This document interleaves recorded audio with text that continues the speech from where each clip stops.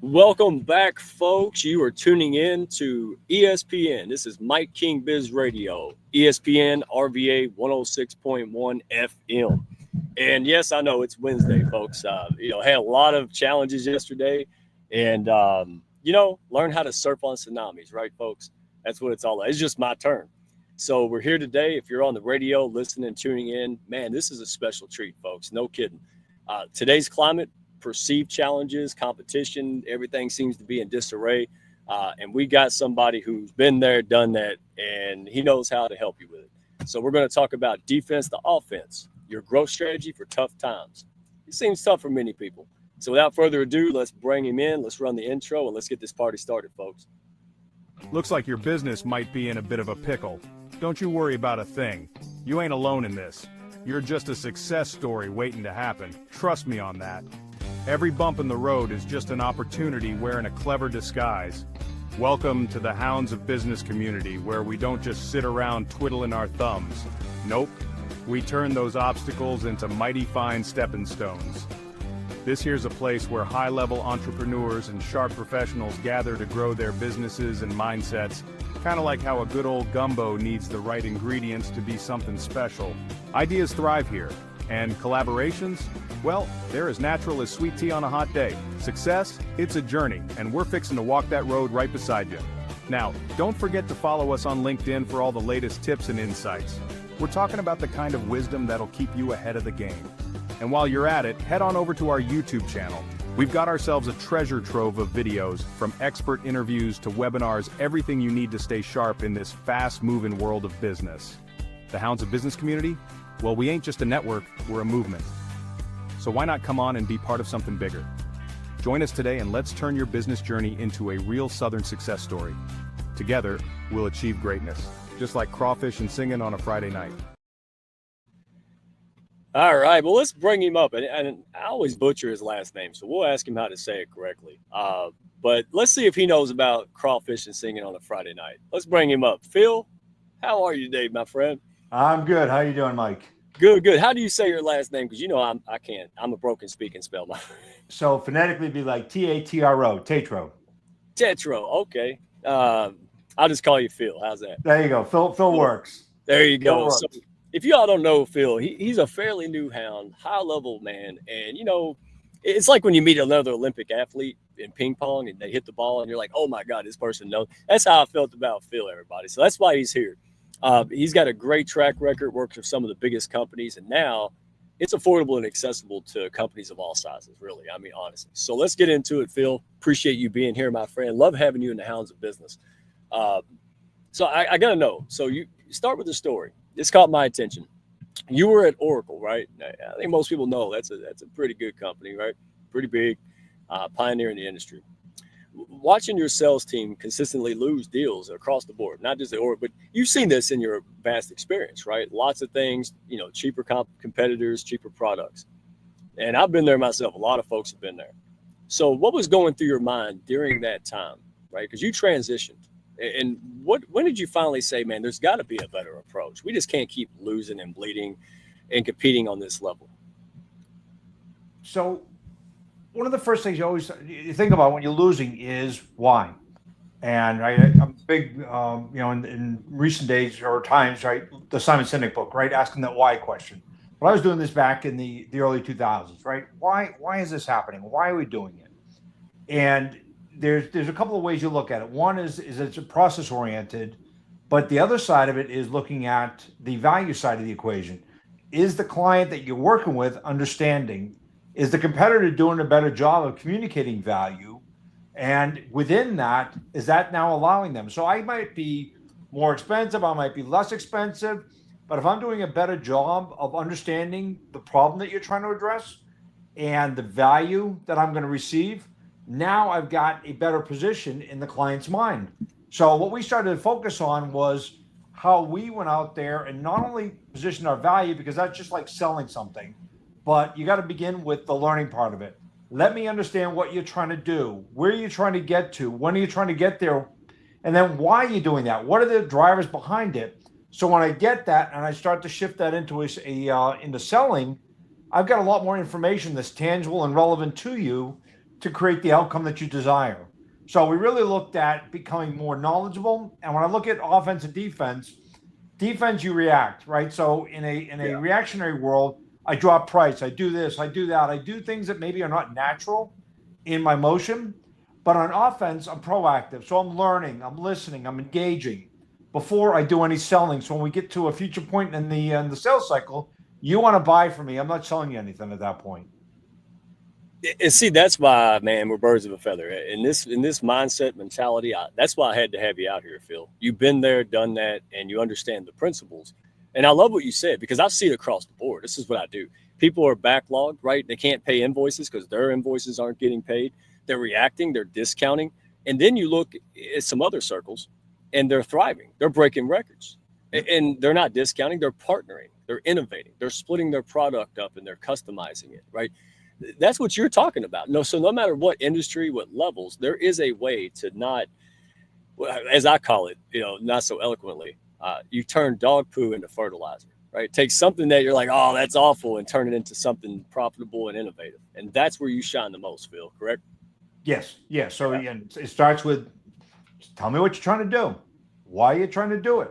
Where do you see yourself in 6, 12, 18 months from now? How are you going to get there? What's keeping you from getting there today? Yeah. Basic information gathering that then empowers you to say, well, what if I had a way to get you there quicker, better, more efficiently? Would you be interested? Right. And it sounds simple. People go, it's not easy, but it doesn't have to be overly complex. Right. And that's what I like about your style. So let me get into the meat and potatoes with folks, because I could talk to you forever, but we got 30 minutes. So you shared a pretty eye-opening statistic with me earlier. It was 70%, especially in SaaS and tech service companies, right? They fail in their first 5 years. Not because they're, like you said, not because they have bad products or services, but because they can't execute it properly in the marketplace, especially when the game changes and they get more competitive, right? And I know personal experience, tough pill to swallow, right? So what are these companies missing that's costing them their business?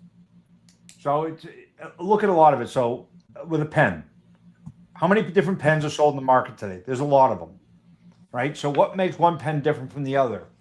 Why am I interested in this pen versus a different pen? What a majority of them don't understand is the buyer. What is the buyer interested in? What's the problem that the buyer is encountering? What do they need to solve, and how do they want to solve it? And if I'm not understanding those things, how can I succeed? Right? So I might have built the best pen ever, but if it doesn't align with what the market wants, then nobody's going to buy it. You're not going to get the understanding and awareness. And this is across all. So I focus a lot in SaaS and tech services, but pick the industry. It goes across a multitude of industries, from your local dry cleaner to a number of things. There's options that people have. Right. As I work with different clients, the one thing we start with is all problems are being solved. So you're not bringing something new, you're bringing something different.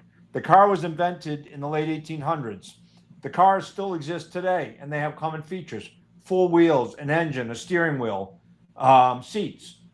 That stuff still is the same, but the way in which the car has evolved, the utility we have today, has transformed a lot. Actually, incremental innovation, absolutely. Yes. And I have noticed that. See, through some of and I'm not bragging. We're giving this because we know folks out there are thinking this, and we want to make sure it's not over. Don't throw in the towel, right? Boxing, reference. That I added a 0 to my offerings, and people took it like hotcakes. Now that was a hard thing to do. You're like, well, the climate's bad. People are showing up. No, and like you said, doing the research and really exploring this for an opportunity, it takes intention. So on that note, you mentioned this a lot, right? The counterintuitive and methods, right? Turning competitive threats into revenue opportunities. Some people might be like, well, it's not practical. I can't do it. It's too good to be true. So give us a real world example, without naming names, how this could play out. So how it can play out is, the beginning part is you got to ask a lot of questions. You got to know, right? So I was working with a client in the manufacturing space, and there were 2 fronts to it. One is within my sales team, they wanted to go sell something. From the client side, they were saying, I just want to go buy something. Both misaligned in the way they're doing it. both needed a bit more understanding on the sides to ensure that there was alignment. So it started into the questions and asking that on the client side of helping them understand what they didn't know. So it actually took us getting together in a room. My rep was all ready to go make a presentation. I took his slide deck and I said, okay, let's take this out, this out, this out, and let's just focus on these 3 slides. And the focus was, help me understand why you want to do what you do, what do you anticipate for an outcome, and when do you need to achieve that outcome by? And it opened up a whole realm of other conversations because they hadn't thought about it in I say semi-structured, but it was really a structured way that then actually took us into better alignment. So the customer became more informed, the team became more informed, and now we were able to pull ourselves to saying, hey, we can solve this problem by the time you need to have it by. The competitive threat in this situation was other software companies are out there. But one of the bigger competitive threats that a lot of companies encounter, or a lot of that are selling, is do nothing. So they would have gotten paralyzed in do nothing because they couldn't find the right thing. But taking time to listen, learn, understand, I'm helping them better figure out what they're trying to do. Now, when we're aligning, we have a common view of where things are at. So the competition, not only the other providers, but I attack the biggest piece of the competition, which is do nothing. I've been there. And sometimes, like for me, you said, let's take this out, that out, this out. I can see the Salesforce team going, how are we going to sell it if we take all that out? But you streamlined it. You're getting to the point, you're cutting out all the nonsense, and you're demonstrating your authority and expertise. Essentially, because your competition may be trying to sell, you're trying to solve problems, and they know that. And that's the key. That's why I liked you, because I was like, this guy's not trying to sell anything. He doesn't have to, right? You heard me say this, right? The most attractive men and women at the singles bar don't need a sales pitch. They just need to be. And that's part of the branding marketing thing. So let me piggyback on that, right? Because you talked about this, your battle card framework. And folks, you can go, if you're wanting to learn more about this and maybe you're driving around, don't have a pencil, go to rapidgrowthservices.com, all right? He's got resources out there. You can tap into Phil, connect with him. And because right now, most people are having competitive issues. And don't try to solve it yourself. That's crazy. But go get somebody who can look from the outside in, who's objective and says, hey, here's what's happening. All right? Save your business, make the impact you're supposed to make. So the battle card framework, and I've seen it, Phil, correct me if I'm wrong. A lot of good salespeople, they just need the right tools, right? They need the right tools to make it happen. So when you say, can you turn sales reps into closing, deal closing machines? What does that transformation actually look like, right? So how do you go from A to B? How do you go from I have the potential to actually have the skill? Yep. So to become a closing machine, you have to go to the beginning part of the sales process. Again, things I've been talking about already are out knowledge. How much knowledge do you have? When you get down to the closing, there should not be a tough process. It should be actually much easier because at that point you're working through contracts or legal language, etc. The conversation on go, no go, am I going to buy from you? That's happened early in the activity, right? But if I don't have knowledge, and what we would focus on is I would develop my team was be an excellent communicator, number one. So there's a Franklin Covey book, Everyone Communicates Through Connect. That's a must read for my teams. The other would always read a book regarding behavioral,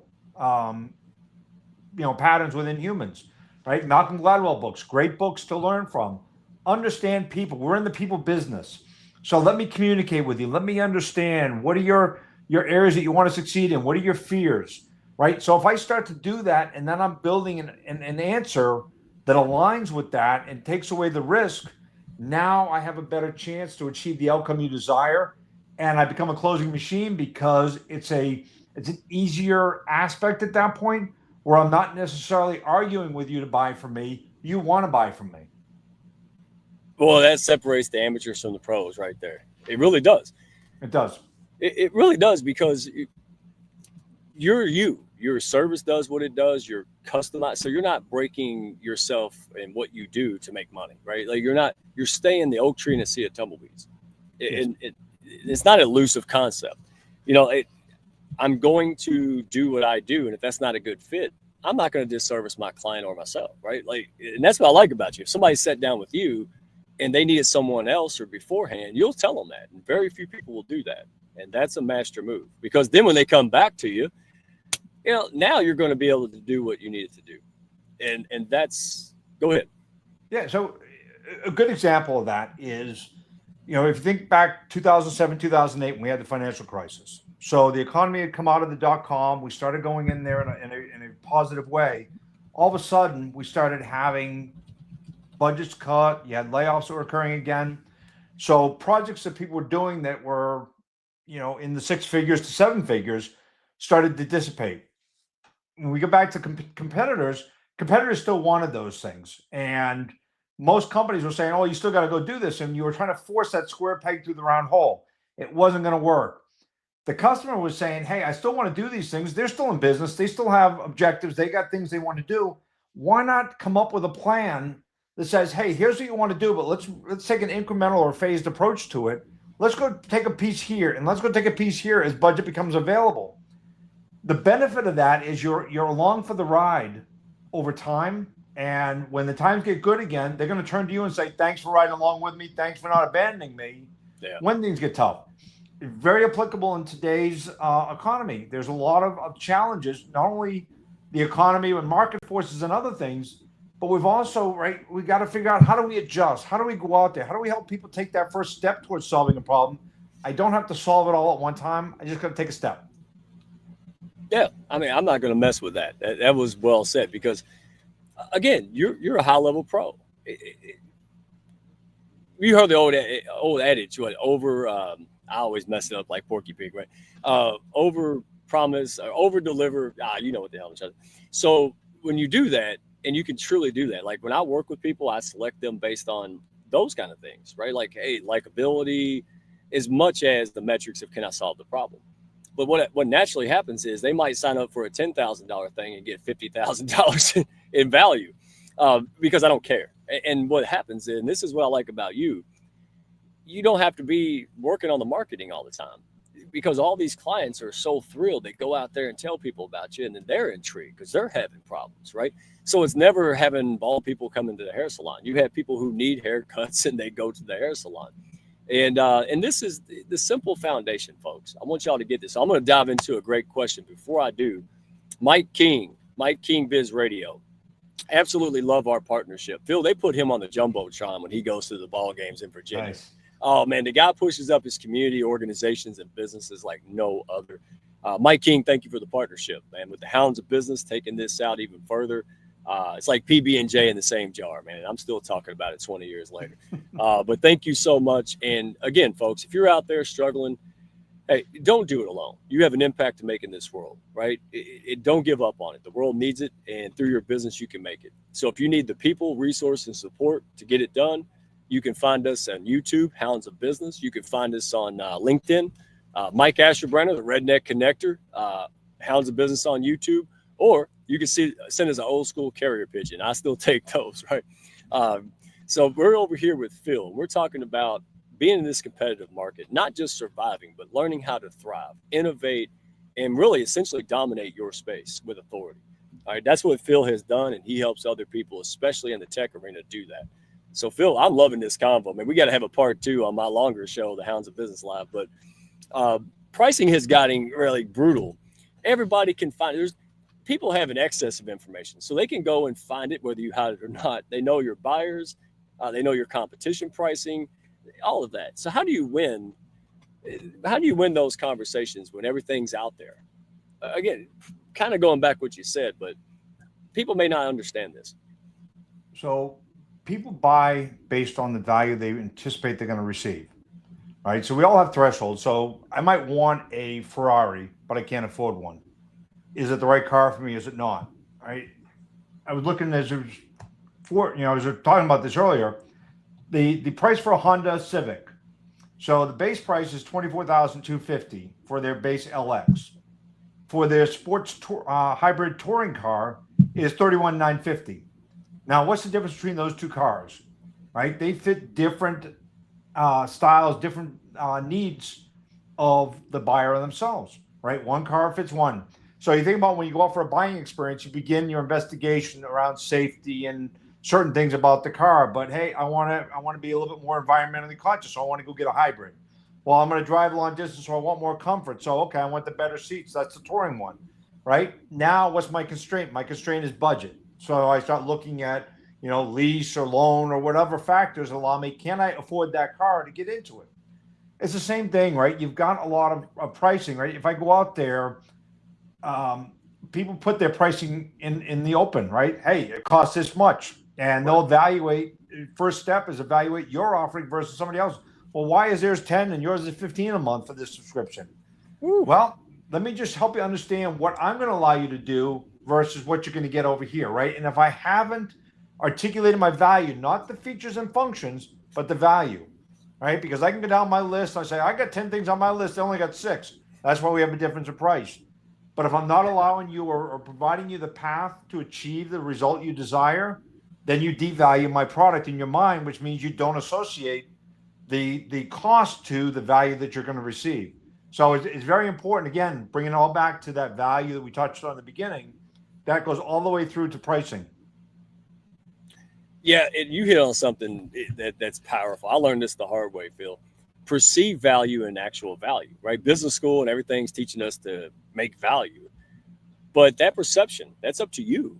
Because I couldn't believe adding a 0 to some of my offerings was the smart move.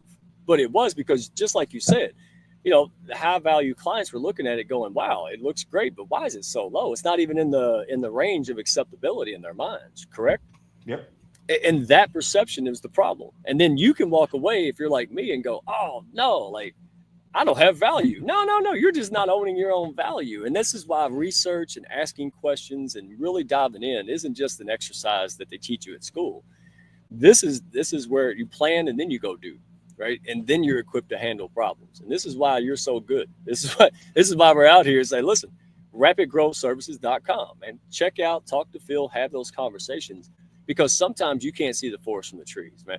No. I can teach someone else and tell you all day, but when it comes to me, I make the same error. It's probably why chiropractors don't crack their own necks, Phil. I mean, like I even have a money guy. Even though I'm a money guy, I'm me. I'm going to go spend more money than I need to, right? And so we always need the outside objective person, and that's the go-to. Well, who can help me in this, awful climate and changes? And hey, the Hound says Phil. That's where, like, go talk to him. And so let's ask this: if someone's tuning in right now and they're losing deals to competitors, right, and they know they can outperform them, they know like our value is good enough and we shouldn't be losing and bleeding business. What's one thing they could change starting tomorrow to get this on the right track, other than call you? Right. So I'm going to touch on what you just said there is they believe their value. Your perspective of value is not important. It's their perspective of your value, right? So tell me how somebody values you, not how you value yourself. Because I could say, hey, I've got the best service for go-to-market in all of the world. But is that a solid statement, or is that my perspective? I need somebody else out there that has done business with me, somebody else to actually look at me and say, you're providing good quality service. They're the ones that establish my value, not me. And now once I get that, it's what do I do with it? How do I harness that? How do I take that and replicate it? So if I'm working with a company that's struggling, I'm really looking for what is the value?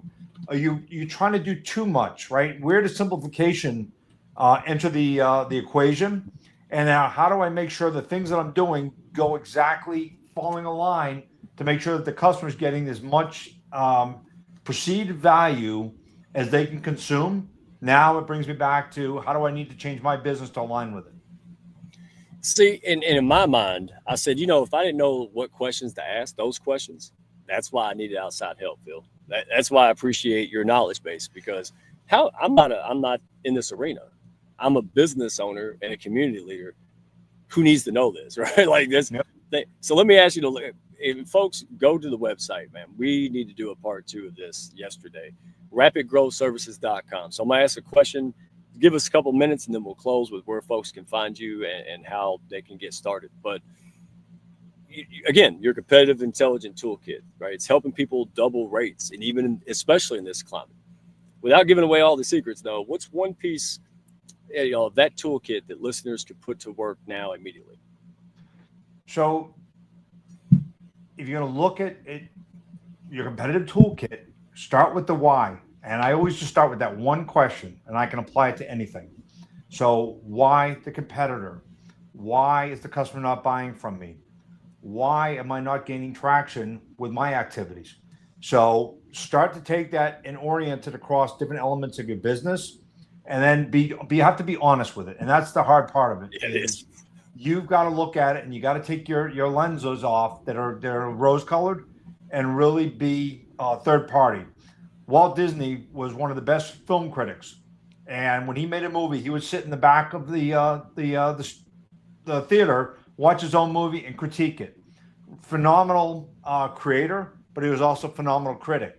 And we have to learn how to be critics of our own business. That's the one big thing. Yeah. Do you want to feel good? Do you want your ego stroked, or do you want to win? That was the internal dialogue I had, Phil. I said, you know what? I got to be brutally honest. This is not about my feelings or anything. This is about my impact and a legacy. And if you're out there building a business and tuned into us, that's probably you too. You're out here trying to make a serious impact.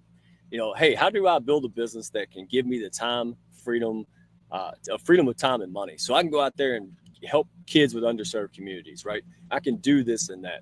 And that requires the ego to go in the pocket. So I love the real talk. I love your direct approach. You care, but you're going to help people, right? You're going to help guide them, painful or not. All right. But if you're here to win and grow a sustainable business to make an impact, hey, Phil, thank you for being that guy. Because I have it. There's a reason we hadn't had this show in 3 years, because I couldn't find nobody I could put up here and go, dadgummit. And now we're in this climate, and you are that guy. So thank you personally for me, because you gave me some great insights that really helped, get me unstuck in this new climate with everything changing so fast.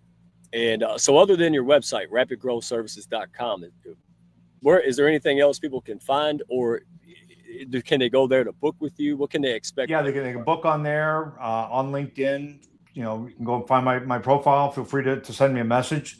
I'm open for having conversations, helping you understand where you're at, what are you looking for, give you more understanding about how we work. Everything that we do is collaborative. So it's not like, hey, I'm going to outsource something to you. You bring me back a finished product.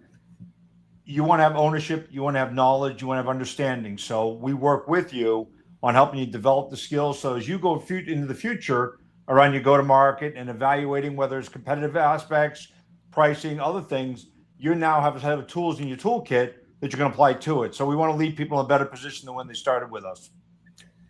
It's all I got to hear, folks. Here's our style. Don't say yes and no to things you don't know the information yet. If you don't know go talk to Phil. If you're having trouble with this, go have the convo, right? Get educated, then make an informed decision. That's our mantra. So again, personally, thank you, Phil. Appreciate you. Love having you in the pack. Folks, go out there, get the resources at rapidgrowthservices.com. And man, don't do this stuff alone. All right. But no defense. All right. No reactionary. None of that. Offense. How do we turn this dog poo into fertilizer, something profitable? And that way is Phil T right here. So don't be a 70%er, right? You want to be in that 30%er success. That's right. If there's traffic jams, you need to call Phil, because there's no traffic jams when you keep going up and up. All right. It gets less traffic jams. So that's the hallmark. If you feel like you're by yourself, you're graduating to new expansion levels. All right. So thank you, Phil. Thank you for that. Folks, go check out the framework. And thank you, Hounds. Thank you for supporting each other, especially during the hard times. And again, Mike King, love the partnership, man. We can do things and push each other up and help people out there. Thank you for the opportunity. Phil, have a great day. Folks, we'll see you on the next one. And Ovi. Hey, a new viewer. Thank you, my friend. Catch in. We have the Hounds of Business tonight at 7 p.m. So folks watching live, join us for that panel. We're going to give you some more insights on how to dominate and thrive in this challenging economy. So we'll see you on the next one, folks. Have a good one. Thanks, Mike. I like the princess way, Phil. You don't have to do that, though. Y'all have a good one. Thank y'all for stopping by. Be sure to follow, share, and like, and send me a message if you had fun today. Y'all come back now.